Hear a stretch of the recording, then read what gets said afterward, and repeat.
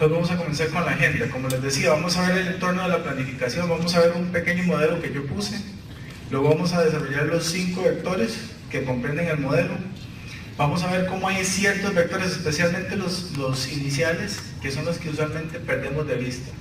Si estamos en una gerencia de recursos humanos y no estamos muy involucrados en el giro de negocio y la estrategia, podemos perder de vista algunos componentes fundamentales, que si los perdemos llegan a ser un problema, porque cuando la empresa tiene que hacer recortes y nosotros no vimos esa parte estratégica, posiblemente nos va a impactar y vamos a tener que pasar por la pena de hacer recortes, por esa falta de previsión. Entonces, la estrategia empresarial es un factor fundamental del cual comienza y arranca la planificación. Si no estamos planificando en función de la estrategia, el giro de negocio de la empresa o la compañía, comenzamos mal. La otra parte es finanzas y presupuesto. Aunque parecería un tema meramente financiero, es un tema sumamente relevante. ¿Por qué? De acuerdo, en función del giro del negocio, en función de las ganancias de la empresa, en función del mercado y cómo la industria, o sea, empresas comparables, funcionan, yo voy a gestionar y definir cuánto presupuesto tengo para mi planificación, o sea, cuánta gente puedo tener en planilla. Luego la estructura, que ya viene siendo la parte de preparación, las anteriores son dependencias, la estructura organizacional o la jerarquía, la cantidad de puestos, descripción de puestos, manuales, etcétera, etcétera, es como lo más clásico que se ve en función del ámbito de gerencia general de recursos humanos. Ahora sí, ¿qué parte lleva la planificación en sí? Y esto es muy en función del manejo del talento, del día a día, la planificación, las expectativas y metas. Esto es fundamental porque aquí parte la premisa de yo doy expectativas claras para obtener resultados. Y finalmente, control, seguimiento y la premiación, que a veces, dependiendo de las políticas de empresa, nosotros tendemos a premiar a todos por igual, quien va creciendo, y no realmente utilizamos la meritocracia para hacer que los ascensos y la premiación estén en función del desempeño. Y algunas conclusiones y reflexiones al final. Entonces, este es el modelo.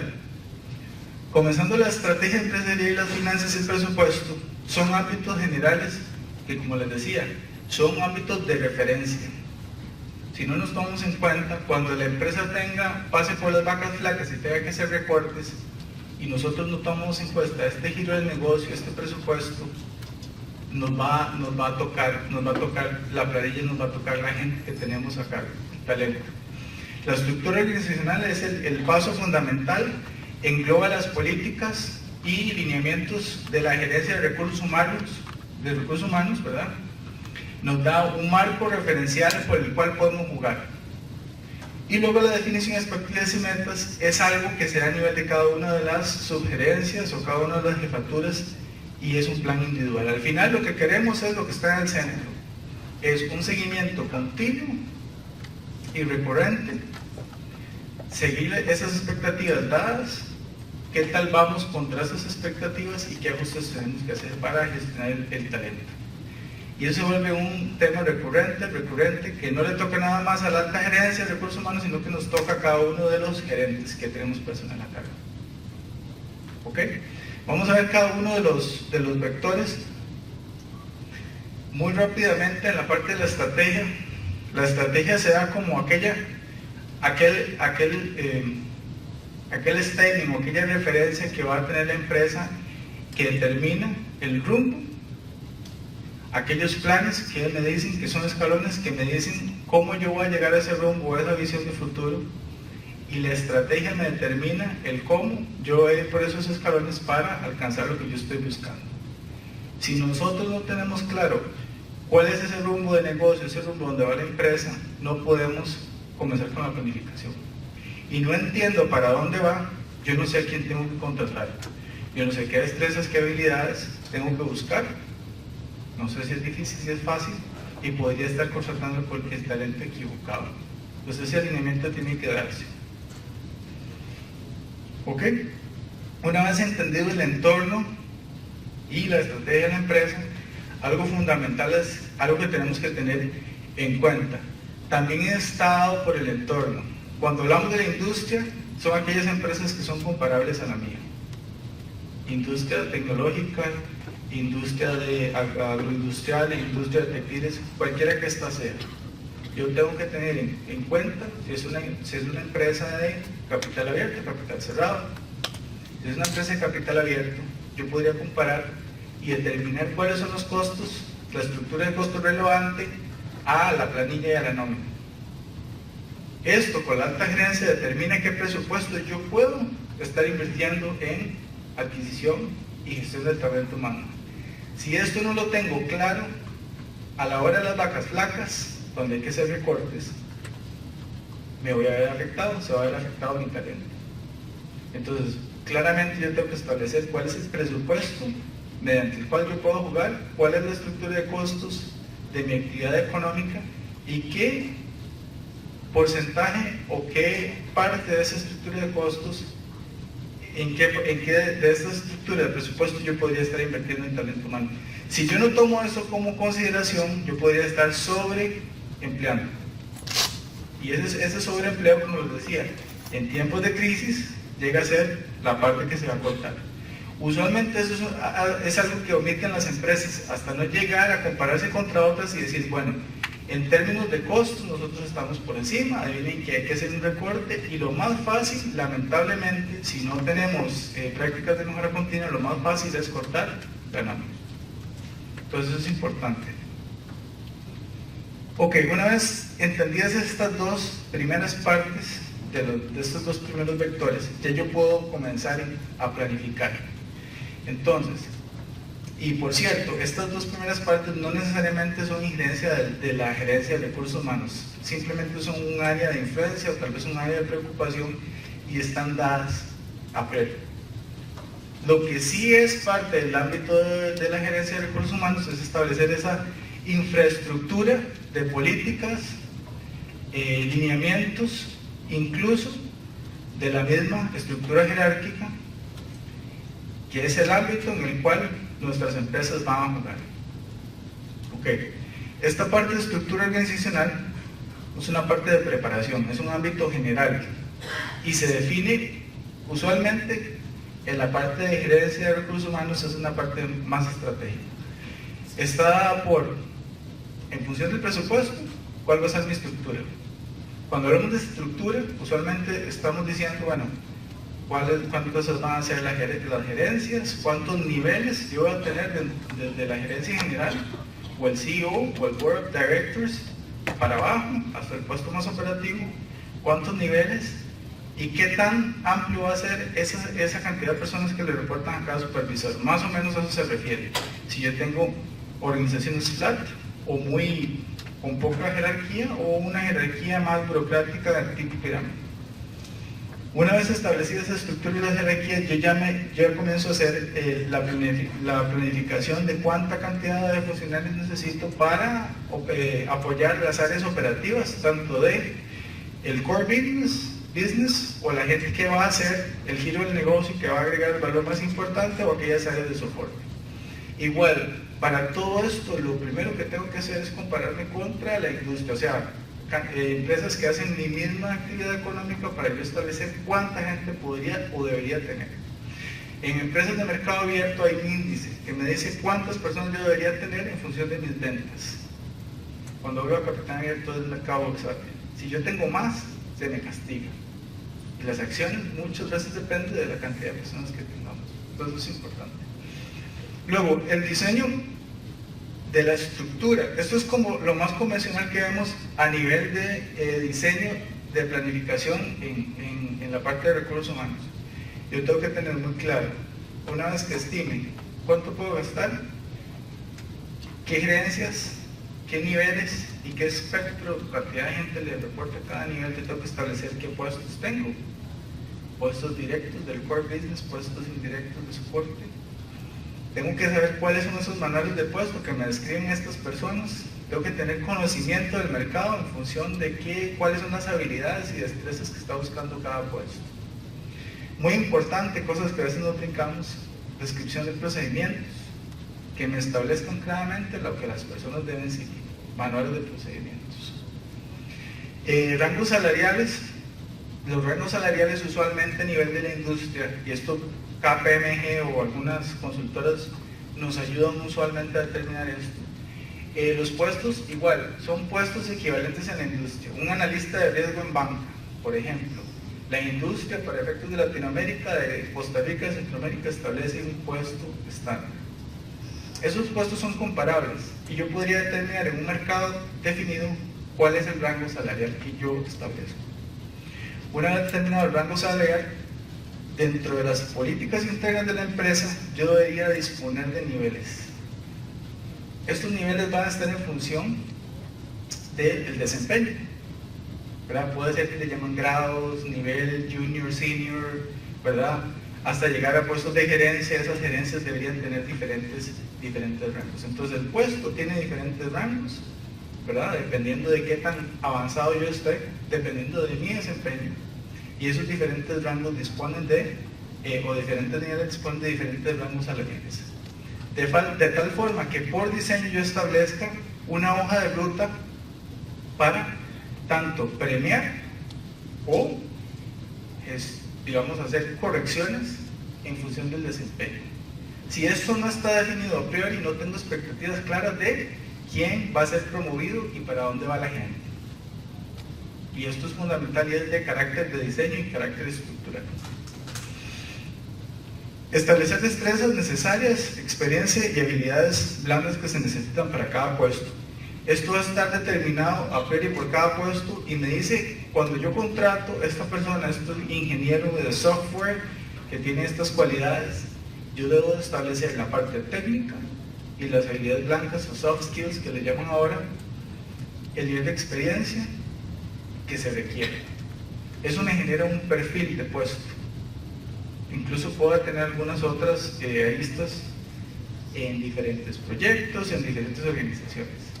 Una vez establecido todas estas variables, vean que tenemos bastantes. Tenemos puestos, niveles, jerarquías, la parte salarial. Hemos dispuesto detrás de esta información de las habilidades y destrezas necesarias, además de la experiencia. Ahora sí, yo establezco mis políticas de contratación. Y esto es clave. ¿A quién voy a buscar? ¿Cuáles son aquellas cosas que yo voy a buscar? Independiente de estas características, ¿qué políticas tiene la empresa en función de diversidad? Que es un tema sumamente relevante, ¿verdad? Diversidad en todo su aspecto. ¿Qué tipo de talento voy a ir a buscar que es core del negocio? Si tengo una empresa de desarrollo de software, tengo que buscar destrezas core de mi negocio. Si tengo una empresa de drones, de tecnología, core del negocio. Si tengo una empresa de industria en manufactura, ¿qué destrezas tengo que buscar core del negocio? Versus qué no es core del negocio. Una vez establecidas esas políticas, ya yo podría estar hablando de que tengo claro el patrón y los procesos de contratación. Yo voy a ir a buscar a esta gente. En la gestión del talento humano comienza por la contratación. Yo contrato el perfil inadecuado, voy a tener que lidiar con esa decisión a través de toda la evolución de ese talento que yo tengo en la empresa. ¿Okay? Entonces, una vez definido este marco referencial, que son políticas establecidas desde la gerencia, obviamente tengo que establecer mis protocolos de contratación, políticas de manejo de desempeño, políticas de recompensa, etcétera, etcétera. Ya puedo entrar a la parte de la planificación. Ahora, esto ya no está en el ámbito de empresa global, sino está en el ámbito de cada jefatura. Y aquí es donde, vamos a ver, hago una diferenciación de la experiencia que yo tengo en mi empresa, ¿verdad? Y la práctica. Usualmente en las empresas que tienen, digamos, políticas un poco más agresivas y avanzadas, ¿verdad? Estamos hablando tecnológicas, estamos hablando de empresas transnacionales. El supervisor, lo que llamamos aquí supervisor, cumple el 80% del rol de la gerencia de recursos humanos. El jefe es recursos humanos, porque ya tiene muy claro, como vimos anteriormente, todas las políticas y todas las referencias. Se le da un entrenamiento, se le desarrolla como gerente y una vez dado se le dice, bueno, usted ahora es la cara de recursos humanos. no tiene que ir a una oficina por allá donde está una secretaria como Betty la Fea, ¿verdad? Que la tiene, que es la persona de recursos humanos. No, el gerente es recursos humanos. Entonces, bajo esa premisa, entramos a esta parte, que es un poco diferente. ¿Okay? La definición de expectativas y metas. Entendido la estrategia de la organización, entendido la estrategia de cada una de las divisiones de la organización, llámese finanzas, recursos humanos, tecnologías de información, el core business, cualquiera de esas organizaciones va a estar alineada a la estrategia general. Esas organizaciones van a definir sus metas. Todo tiene que estar alineado a la estrategia. Una vez yo definidas esas metas, entendiendo qué expectativas tiene cada puesto, el gerente, el responsable de las personas, se sienta con cada persona y le dice cuál es su aporte en su puesto, con la experiencia, el aporte que usted puede dar y el valor que usted puede dar para la empresa, para la organización, qué usted va a hacer, cuáles son los entregables y las metas que usted va a hacer a través del año. Eso es clave. ¿Por qué? Si no hay expectativas claras, cualquier cosa es buena y cualquier cosa es mala. Esas metas se deben definir, usualmente se definen en términos de 3 meses y una evaluación de desempeño anual. De tal forma que haya una revisión progresiva de esa planificación que se hizo en su momento, de si se están cumpliendo o no las metas y si las personas están haciendo lo que deberían estar haciendo a nivel de entregables. A esa explicación que les acabo de dar se le llama el performance, o qué tan bueno ha sido su desempeño en función de las expectativas. Acuérdense que tenemos una estructura, puestos, jerarquías, todo eso ya bien definido, pero estamos hablando de un proceso individualizado. Estableciendo esas metas alineadas a la estrategia, yo creo expectativas en términos de plazo, con las cuales puedo medir, tienen que ser medibles, ¿verdad? Y podría entonces llamar y hablar de que yo estoy haciendo una gestión del desempeño de cada persona individual, con tal suerte que todos van a sumar en función del resultado de la empresa. ¿Ok? Entonces, eso es fundamental, porque si no se tiene a priori, al final, a la hora de la revisión del desempeño, no vamos a saber quién estuvo bien, quién estuvo mal, quién merece una promoción y quién no. ¿Ah? 2 minutos. Ok. Entonces vamos a irnos a la conclusión de 2 minutos. El control y el seguimiento básicamente se refiere al término de los plazos, si se están cumpliendo o no se están cumpliendo esas expectativas dadas, ¿verdad? Si las metas no se están cumpliendo, se habla de que hay un nivel bajo de desempeño. Si se están cumpliendo, se podría hablar de que están por encima de las expectativas y se puede hablar de promoción. Eso se llama meritocracia.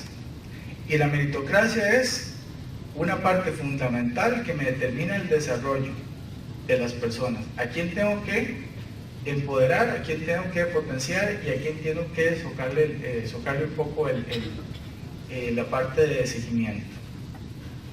Ok, algunas reflexiones y conclusiones al final. Ninguna planificación del talento puede ignorar la estrategia del presupuesto. Son premisas anteriores a la planificación. La definición de expectativas organizacionales individuales es la clave del éxito para poder medir. El primer paso para el éxito es la contratación. Quien no cumple con esas metas y esas expectativas, se tiene que hacer un ajuste, se le tiene que ayudar. Quien sí lo está cumpliendo, se puede potenciar y se tiene que potenciar, y son las personas que vamos a promover. Y la meritocracia, como les decía, es vital para efectos de generar ese ganar-ganar que tiene que buscar la empresa entre sus colaboradores y los resultados de la empresa. Creo que con eso cierro esta parte mía. Entonces, muchas gracias por la atención.